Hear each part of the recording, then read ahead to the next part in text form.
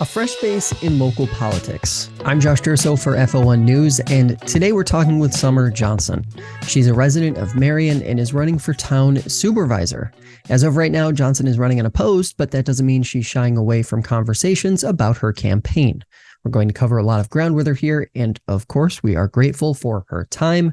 Summer, thanks so much for being here. I want to start with the obvious question: why get involved in local politics now? What drove me to that decision was kind of years of discussing it with the current town supervisor, Jody Bender, and how, where would I fit into the scheme of the town? And being an import, as they would call it locally, me and my family have only been here for 6 years. So I really wanted to make sure that before I made a decision to run that, we kind of got the okay from the higher ups and the people that have been here for a really long time. And then they started to get to know me, and I started kind of put myself into the community and then pull the trigger when it was the right time.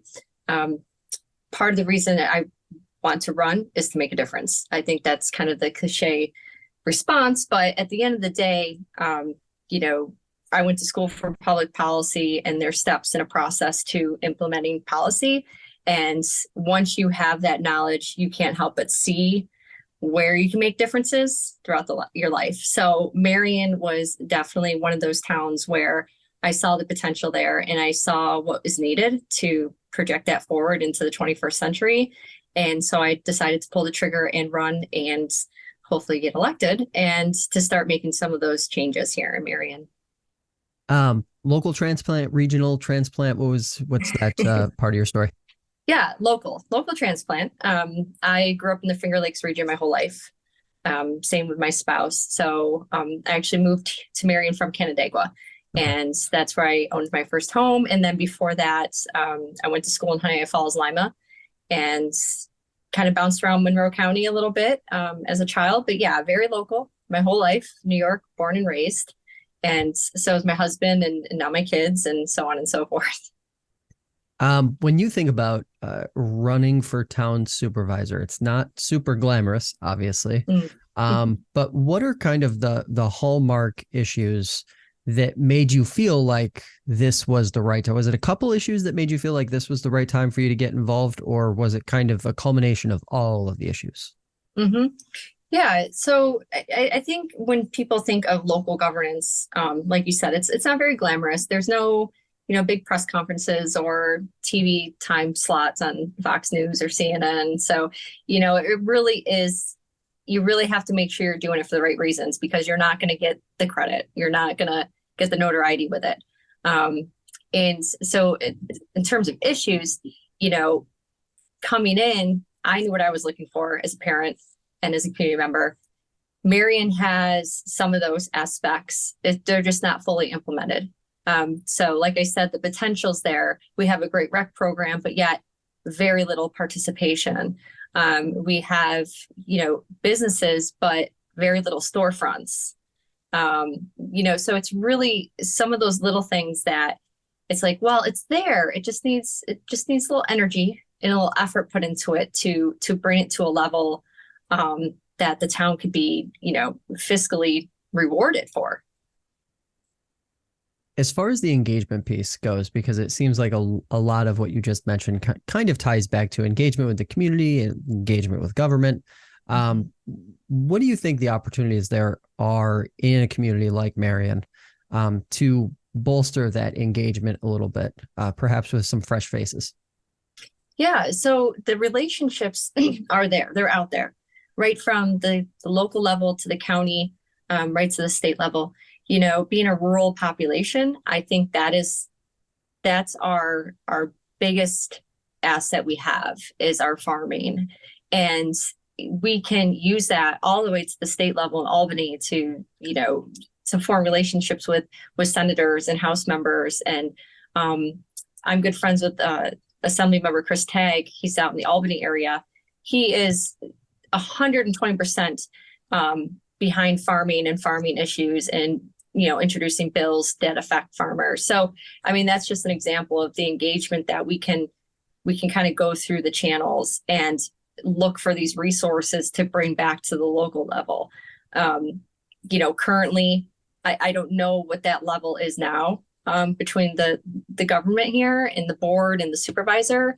And I just feel that would definitely help bring in some of these, bigger projects, statewide projects that could help rural development areas without obviously losing the cows. We don't want to lose the cows in the in the crops. So we want to keep those.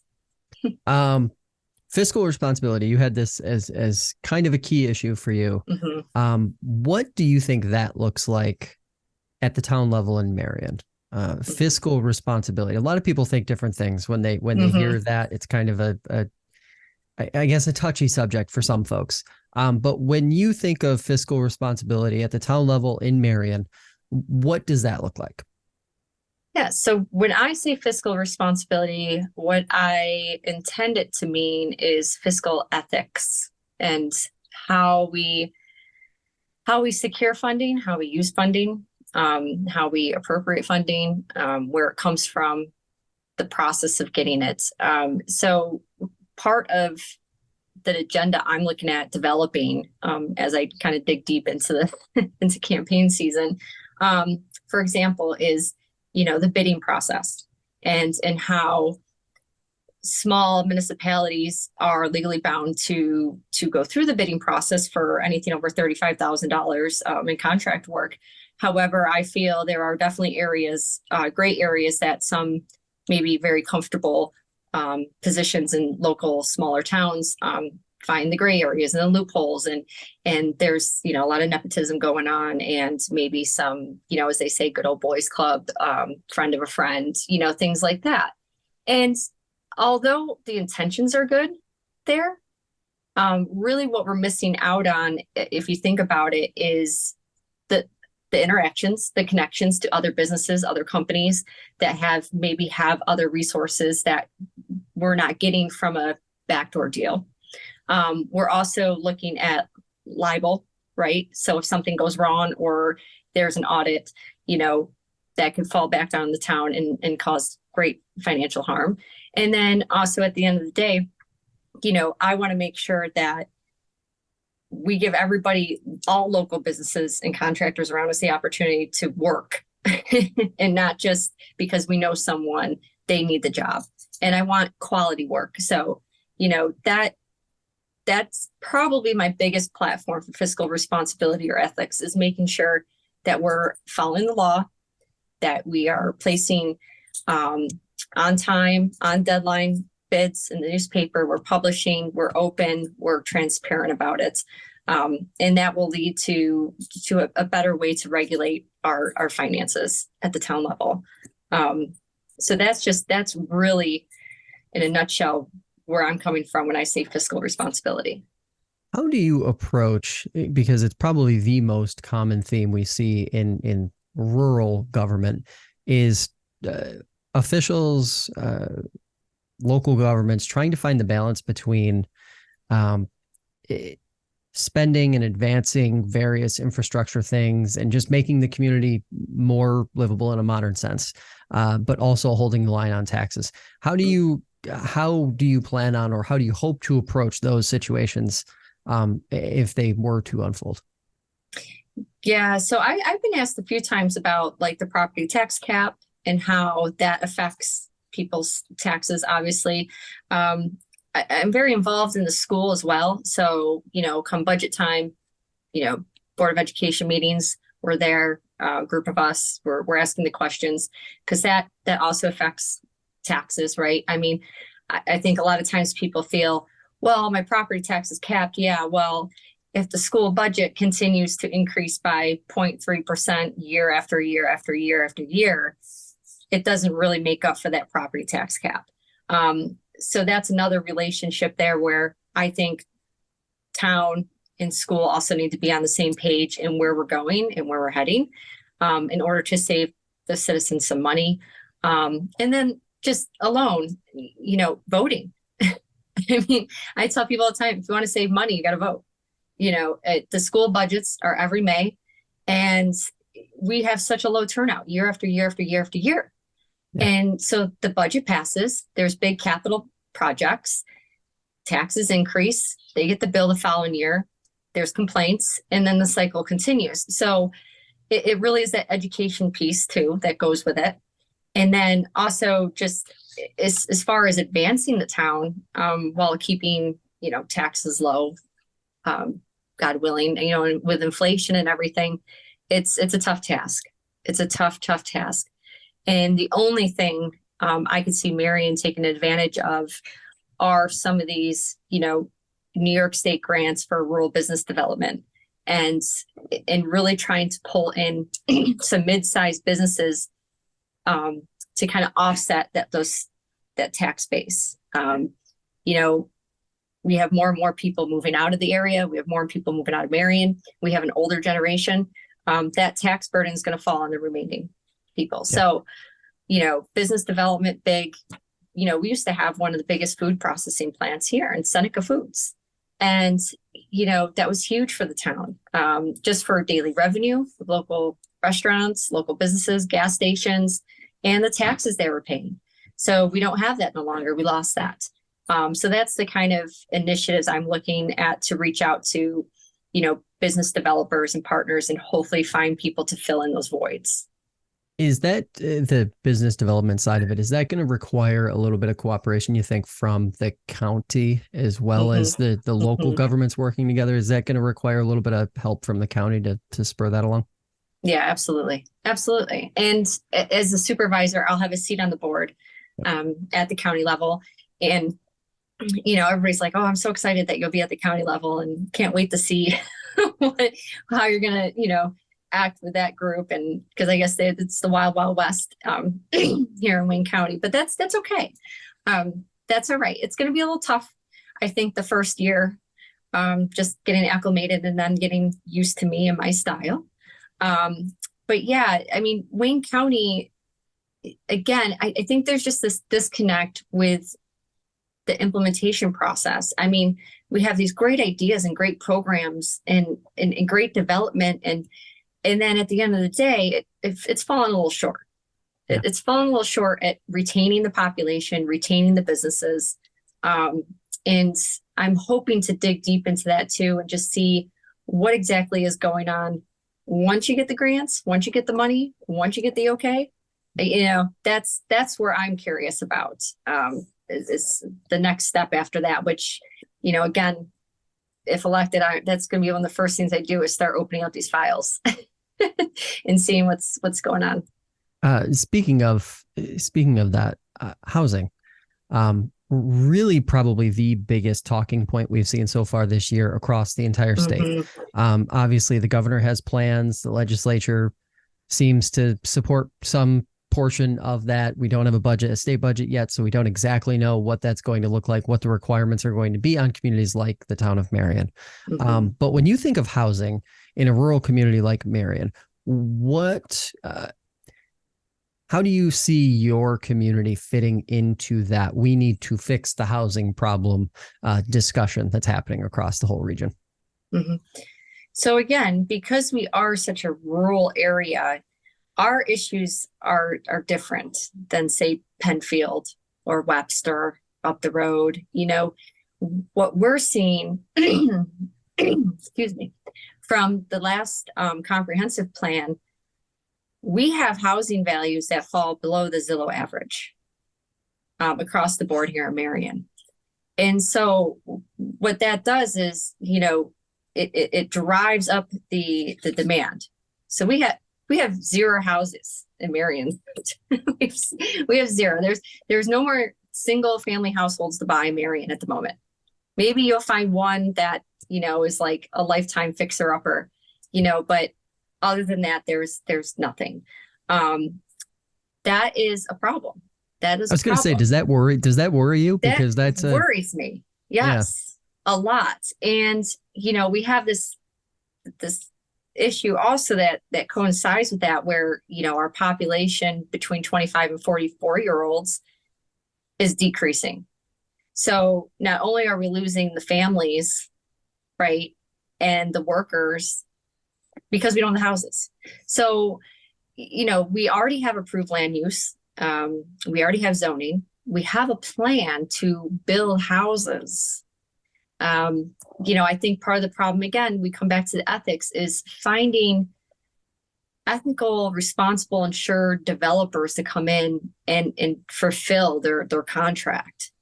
Yeah. We have a housing tract right up the road from me. It was, tooth and nail. They fought to get this approved, this little subdivision, and a beautiful piece of property. You couldn't ask for anything more. And, that was just started 6 years ago when I moved here, and there's 4 houses in it. There's 4 houses. You get the cost of building, you get the cost, the interest rates. It all adds up to kind of a powder keg, if you will. And, I'm open to taking our land use, looking at that, looking at the zoning, saying, where can we develop affordable housing within, 2-3 minutes of the hamlet, right? Because we don't want to go too far out. You lose public utilities, right? Yeah, So, challenge that is a challenge. But one I'm definitely open to looking at and being aggressive with too, because we can't wait 5, 6, 7 years on this either. We're losing our population, our enrollment in school is down. Yeah. And but yet their budget keeps going up. So, we really have to, I'm going to be very aggressive with that. My first term in office, because that definitely we need to pull the trigger on getting some housing up. I was going to say, do you think the community would be responsive to, I don't even want to attach the affordable word to it, because that seems to be the buzzword that gets people most revved up. But housing in general, you mentioned the process that it took to get that one tract in shape, ready to go. Do you think there would be appetite in Marion to perhaps making that process a little less painstaking for the folks involved who are trying to develop, and would probably be receptive to developing faster if it weren't quite as, cumbersome, the process? Yeah, absolutely. And that was written in their goals too, was how do we have this land use development plan without, restricting the financial burden of developers and making the cost not worth even attempting to do this. That's in there. I would like to see another comprehensive plan published. The most recent one we have is from 2018, 2019. So it's pre-COVID. And I think we can all agree that a lot of things have changed since COVID. I think that the game has changed quite substantially. So, if that's something we need to do, I'll also support that. We have some outdated data. We have very outdated census data, things like that. So, I'm all for simplifying the process. I also sit on the planning board for Marion. And I know, if someone wants to divide 2-3 acres of their property off, it's a fairly simple process. Maybe a little expensive, right? The survey, the maps, the filing fees, things like that. That's to be expected. But other than that, you show up, we look at it, we ask questions, we say, okay, we're not protecting any wildlife or wetlands, you're good to go. In terms of zoning, that's a separate board, separate issues. But we already have the land use mapped out for building. So it's already there, it's already done. It's just a matter of seeking out investors for that property to build, to invest into Marion. And, whatever that takes is that's where my initiative is seeking those people out to come in and say, oh, this is beautiful. We want to build 12 homes and not have those homes be $400,000, $500,000 a piece. And that would be the trick right there. Yes, exactly. So where can, before we wrap this up here, where can folks learn more about your campaign, or what's the best way to contact you? Yeah, so I currently work in marketing, so I am literally all over social media. I have an official Summer Johnson for Marion Town Supervisor Facebook page. you can find me there. You can also find my personal page, Summer Johnson. I'm on Instagram, I'm on Facebook, I'm on Twitter.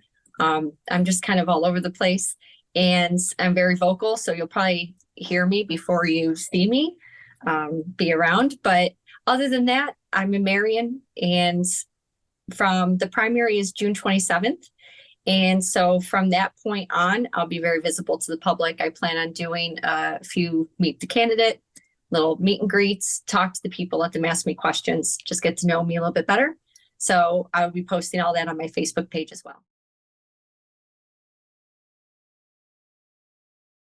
That'll do it for this edition of Finger Lakes Today. If you'd like to see more conversations like this one, check out the show on your favorite podcast platform or subscribe to the FingerLakes1.com YouTube channel. Have a great day, and we will see you next time.